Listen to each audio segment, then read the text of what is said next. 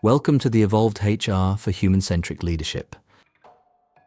When you are in a meeting and a leader speaks, a real leader, not just someone with a title, what is it exactly that makes you lean in? What is the thing they are doing that is different from everyone else in the room? Most people say they are confident, they are experienced, they have been doing this for years, they have earned it. And here is the problem with that answer. It implies that leadership thinking is something you grow into, something you wait for, something that arrives after enough years of doing the job. The science says something completely different. Research from Harvard Business School, Stanford School, and the Center for Creative Leadership all point to the same conclusion. The cognitive patterns of effective leaders, the way they frame problems, process information, manage uncertainty, and influence others. These patterns can be learned, they can be practiced, and they can be activated right now, regardless of your job title. Today, we are going to go inside the neuroscience and psychology of leadership thinking, and more importantly, I'm going to give you a set of concrete, evidence-based tools that you can take into your workplace tomorrow, not when you get promoted. Tomorrow. Welcome to the Evolved HR. Let's get into it. Neuroscientist Michael Merzenich at UCSF demonstrated that the adult brain retains the capacity for significant structural change throughout life, a property called neuroplasticity. The neural circuits associated with executive function, strategic thinking, and social cognition, the very circuits most associated with leadership behavior, are among the most plastic in the human brain. In plain language, you can rewire the thinking patterns of a leader. What is happening in the brain of someone thinking like a leader? 3 things that are distinct and measurable. First, they are running a different threat assessment. The human brain has a default setting, which neuroscientists call the threat-reward response. When we encounter a challenge, a difficult stakeholder, a high-pressure decision, an ambiguous situation, most brains default to threat mode. Cortisol rises. The prefrontal cortex, your rational, strategic thinking center, goes partially offline. You become reactive. Leaders who think at a high level have trained themselves, and I use that word deliberately, to intercept that threat response and replace it with what UCLA's David Rock calls the SCARF model: status, certainty, autonomy, relatedness, fairness. They are constantly reading their environment through these 5 dimensions, which keeps their prefrontal cortex engaged even under pressure. Second, they are thinking systemically, not linearly. Research from the Cognitive Neuroscience Society shows that executive-level thinkers engage the default mode network and the executive control network simultaneously, something most brains do not do by default. They are thinking about the problem in front of them and the system that created it at the same time. They are holding 2 cognitive frames at once. Third, they are processing social data in real time. The human brain has a dedicated social cognition network, sometimes called the mentalizing network, centered on the medial prefrontal cortex and the temporoparietal junction. In people who lead effectively, this network is not just active when they are having direct conversations. It is running in the background during meetings, during decisions, during planning. They are always modeling how other people are thinking and feeling. Daniel Kahneman's Nobel Prize-winning research identified 2 cognitive systems: System 1 thinking, fast, automatic, emotional, and System 2 thinking, slow, deliberate, analytical. Effective leaders are distinguished not by using System 2 more, but by knowing precisely when to switch between the 2. They have metacognitive awareness. They know how they are thinking, not just what they are thinking. And this is the part that should genuinely excite you, because each of these 3 cognitive patterns is trainable. Not metaphorically trainable, literally, measurably, neurologically trainable. Let me show you how. The first and most fundamental tool in the leadership thinking toolkit is what psychologists call cognitive reframing, and it is the single skill that separates reactive thinkers from strategic thinkers more than any other. Here is what it looks like in practice.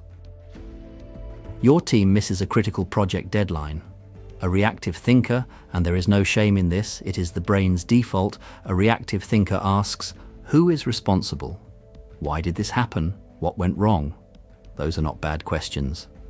But they are backward-looking, blame-oriented, and narrow. They are System 1 thinking wearing a System 2 costume. A leader thinking in reframe mode asks a different set of questions entirely. What does this situation tell us about our systems, our communication, our planning? What can we learn that prevents this from being a pattern? And, perhaps most importantly, what opportunity exists inside this problem that we have not yet seen? Stanford psychologist Carol Dweck's research on growth mindset introduced the concept of meaning-making as a leadership cognitive skill. Her studies showed that leaders who habitually ask, "What else could this mean?" before drawing conclusions made significantly better decisions, had higher team engagement scores, and showed greater resilience under sustained pressure. The protocol takes under 30 seconds and has measurable neurological effects. It activates the anterior cingulate cortex, which is associated with cognitive flexibility. Here is your practical tool, the 3-frame protocol. Every time you encounter a challenging situation, run it through 3 frames before you respond. Frame 1, the problem. Frame, what is broken? What is the immediate issue? Frame 2, the system. Frame, what created this? What is the wider pattern? Frame 3, the opportunity. Frame, what does this make possible that was not possible before? I want you to think about a real situation in your workplace right now, something that has felt stuck, difficult, or frustrating. Run it through those 3 frames in your head as I keep talking. I am serious, do it now. Did the opportunity frame produce a thought you had not had before? That is reframing working in real time. With practice, this stops being a deliberate 3-step process and becomes an automatic cognitive habit. Your brain literally changes its default pathway. That is neuroplasticity in your service. Before we go deeper into the science, I want to take 60 seconds to tell you about something I have built specifically for professionals like you. Everything we cover in this channel, the psychology of leadership, the science of people, the practical tools that actually work in real workplaces, all of it lives at a deeper level at the Evolved HR. At evolvedhr.org, I publish articles, resources and guides on UAE HR practice, leadership development and people psychology every single week.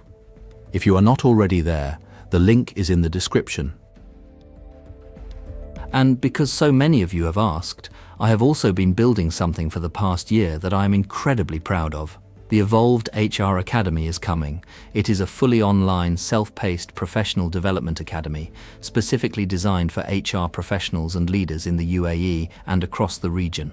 We are talking structured programs, HR coordinator, HR generalist, HR manager, leadership academy, and a UAE labor law masterclass.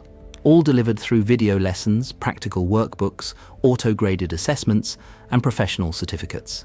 Everything you need to take your career to the next level, available on your schedule 24 hours a day from anywhere in the world. The Academy launches very soon. If you want to be the first to know and to access the early bird pricing when it opens, the waitlist link is in the description below. Join the waitlist today. Right, back to the science, because what comes next is genuinely one of the most fascinating things I have ever taught, and it is going to completely change how you show up in your next important conversation. There is a concept from chess that I want you to carry into your professional life forever. Top-level chess players do not think about the move in front of them. They think 5, 7, 10 moves ahead, and crucially, they think about how every piece on the board relates to every other piece. They are not solving isolated problems. They are managing a system. Leadership thinking operates on exactly the same principle, and yet most professionals, even talented, experienced ones, are trained by their organizations to think in silos.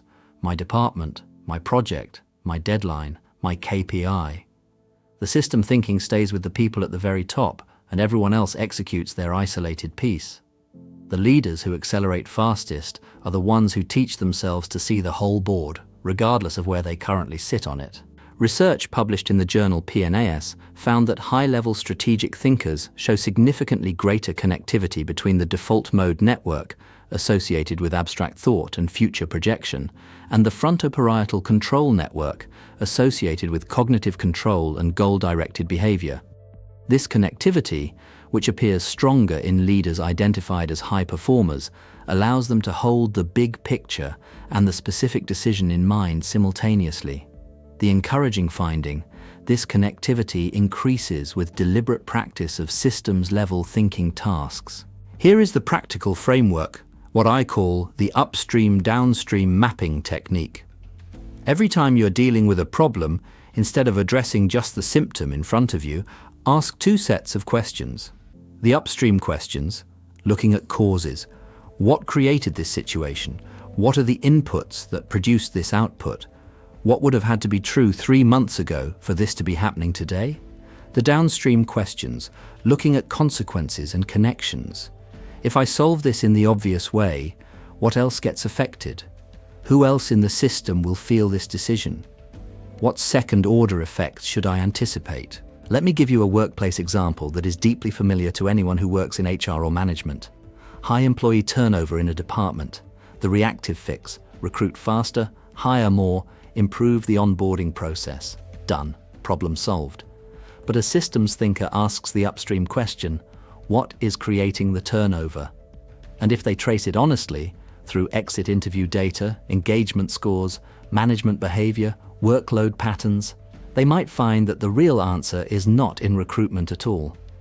It is in a management culture that the department head has been modeling for 2 years that nobody has addressed, because the department's output numbers look fine. That is a completely different problem. It requires a completely different solution, and only systems thinking reveals it. The downstream question is equally important. If I change the recruitment process without addressing the management issue, what happens?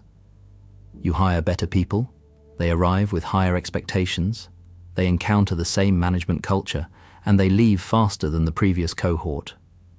You have made things worse while appearing to take action. This is not hypothetical. I have seen this exact scenario play out in organizations across the UAE more times than I can count. Systems thinking prevents it. Harvard Business School professor Chris Argyris developed the ladder of inference, a model showing how humans move in milliseconds from raw data to conclusions, skipping multiple logical steps in between. Leaders who think systemically have learned to descend this ladder deliberately, starting from observable data, moving through assumptions, interpretations, and conclusions, rather than jumping straight to the top rung. This discipline produces dramatically better decision quality. Here is a question that reveals more about a person's leadership readiness than almost any other. Where do you spend most of your cognitive energy? In what has already happened, what is happening right now, or what might happen next? Research by Philip Zimbardo at Stanford, one of the most replicated findings in time psychology, found that high-performing leaders consistently show what he called a balanced temporal orientation. They process the past without being stuck in it. They engage fully in the present without being consumed by urgency. And they orient meaningfully towards the future without losing connection to current reality.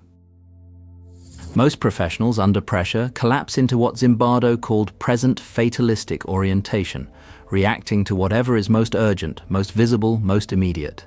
And this is exactly where organizations lose their best people to burnout, and where teams lose their strategic direction.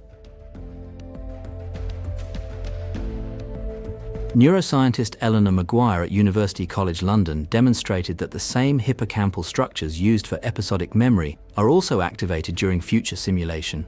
The brain literally uses memory architecture to construct future scenarios. Leaders who practice prospective thinking, imagining future states with specificity, build what researchers call a richer future cognitive library, allowing them to make better real-time decisions because they have already mentally rehearsed more scenarios. The practical tool here is what executive coaches call the October 10th 10 rule, popularized by business writer Susie Welch. Before making any significant decision, or before reacting to any significant situation, ask yourself 3 questions. How will I feel about this decision in 10 minutes? How will I feel about it in 10 months? And how will I feel about it in 10 years? This is not a philosophical exercise, it is a neurological interrupt. It forces your brain to activate the prefrontal cortex's future simulation capability, which immediately dampens the amygdala's reactive urgency signal. You are using the architecture of your own brain to override your own emotional reactivity. The leaders I have worked with who use this consistently, and I mean genuinely consistently, not just in major decisions but in everyday choices, describe a qualitative shift in how they experience pressure. Things that used to feel urgent stop feeling urgent because the 10-year frame renders them correctly proportioned. And things that previously felt too difficult to do, the hard conversation, the strategic pivot, the honest feedback, become easier because the 10-year frame makes the cost of avoiding them visible. I want to tell you about something called the theory of mind, and it is, in my view, the single most underrated cognitive skill in the entire leadership literature. Theory of mind is the ability to attribute mental states to others, to understand that the person in front of you has beliefs, desires, intentions, and perspectives that are different from your own, and to factor those differences into your thinking and your actions. This sounds obvious, but here is what the research shows. Most adults have theory of mind in a social context. They do not have it in a professional one. The moment we walk into a meeting, a performance review, a high-stakes decision, our brain narrows its social cognition. We become, neurologically, less good at reading other people. The pressure of performing reduces our capacity to perceive. Research on mirror neurons, first identified by neuroscientist Giacomo Rizzolatti at the University of Parma, shows that the human brain has dedicated circuits that simulate other people's actions and emotional states. These circuits are dramatically more active in individuals who score high on empathy and leadership assessments. The remarkable finding from Tanya Singer's lab at the Max Planck Institute, these circuits can be strengthened through deliberate practice, specifically through practices that require active perspective taking. The technique I want to give you is called perspective preloading, and it takes less than 5 minutes before any important interaction. Before a significant meeting, a difficult conversation, or a high-stakes presentation, take 5 minutes to genuinely inhabit the perspective of the other person. Not to think about what you want from the interaction, that is the default, and it is cognitively cheap. But to actually ask, what does this person need from this conversation? What are they afraid of? What are they trying to protect?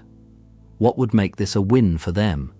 Then, and this is the critical part, let those answers influence how you open the conversation, not just how you plan to respond to objections. This is not manipulation, it is the opposite of manipulation. Manipulation uses knowledge of others to get what you want regardless of their interests. Perspective preloading uses knowledge of others to find solutions that serve everyone in the room. It is the foundation of genuine influence, which is what leadership actually is. Adam Grant at Wharton Business School has published extensive research showing that what he calls other-focused communication, where the speaker leads with the listener's perspective and interests, generates significantly higher rates of agreement, compliance, and long-term trust than self-focused communication, even when the underlying message is identical. Same information, different framing, completely different outcome. That is not charisma, that is science. And it is available to every person in this room right now. I need to say something that most leadership content leaves out entirely because it is uncomfortable. And it is the most important thing I will say in this entire video. You can learn every cognitive tool I have shared today. You can practice the 3-frame protocol. You can deploy upstream-downstream mapping. You can use the October 10th 10 rule. You can perspective preload before every conversation. And if you do not also make a fundamental shift in how you see yourself, none of it will stick, because the human brain does not sustain behaviors that are inconsistent with identity. It drops them. Psychologist Amy Cuddy at Harvard Business School calls this the difference between doing and being. Most people approach leadership development as a doing exercise. I'm going to do more strategic things. I'm going to do more influential things. I'm going to do more forward-looking things. And the brain treats these as performances, external, temporary, cognitively expensive to maintain. The shift that produces permanent change is a being shift, not I am practicing leadership thinking, but I am someone who thinks this way. The identity claim, even before the evidence fully supports it, activates what psychologist Robert Cialdini calls commitment and consistency. Your brain begins to filter your experiences through the new identity, seeking evidence that confirms it, building the neural architecture that makes it real. James Clear's synthesis of behavioral science research in Atomic Habits documented the identity behavior loop. Identity shapes what behaviors feel natural, and behaviors reinforce identity. His research showed that people who framed behavior change as identity change, I am someone who, sustain new habits at significantly higher rates than those who framed it as goal change. I want to. This is not motivational philosophy. It is grounded in self-perception theory, first described by Darrell Bem in the 1970s. So here is the micro-practice I want you to start today. It will take you 30 seconds in the morning, and the neuroscience behind it is legitimate. Before you walk into your workplace, physically or virtually, before you open your first email or join your first meeting, say to yourself out loud or internally 3 words: I think strategically. Not, I am trying to think strategically. Not, I would like to think strategically. I think strategically. Present tense, identity statement. Brain believes what it is told, especially when it is told consistently. This is how you start, not with the title change, not with the promotion, with the identity.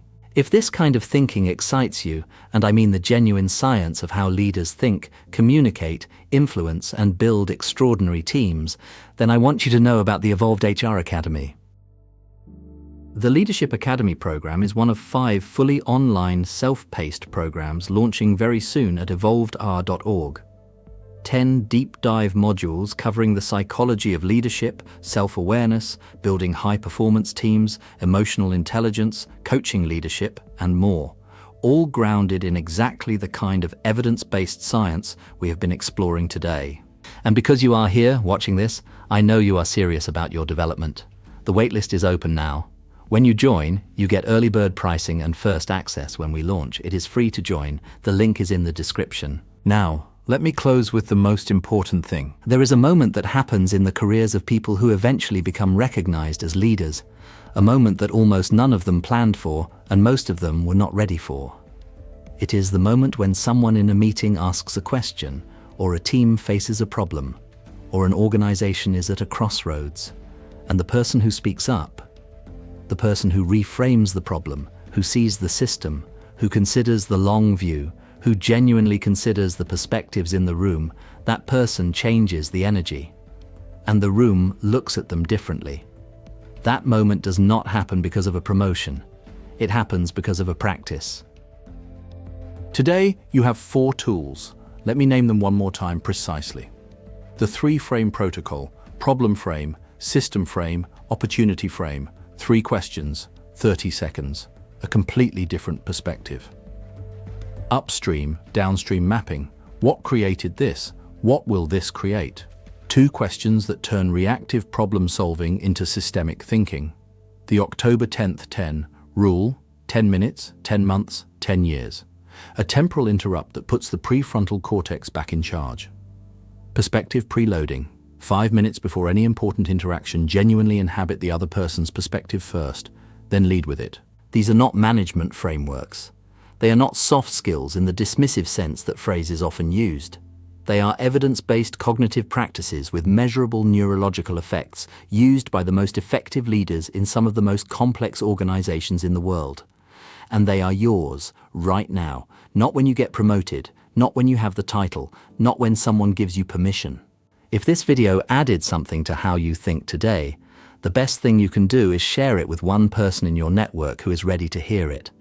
That is how this community grows, through people who take learning seriously, sharing it with others who do the same. Subscribe if you are not already here.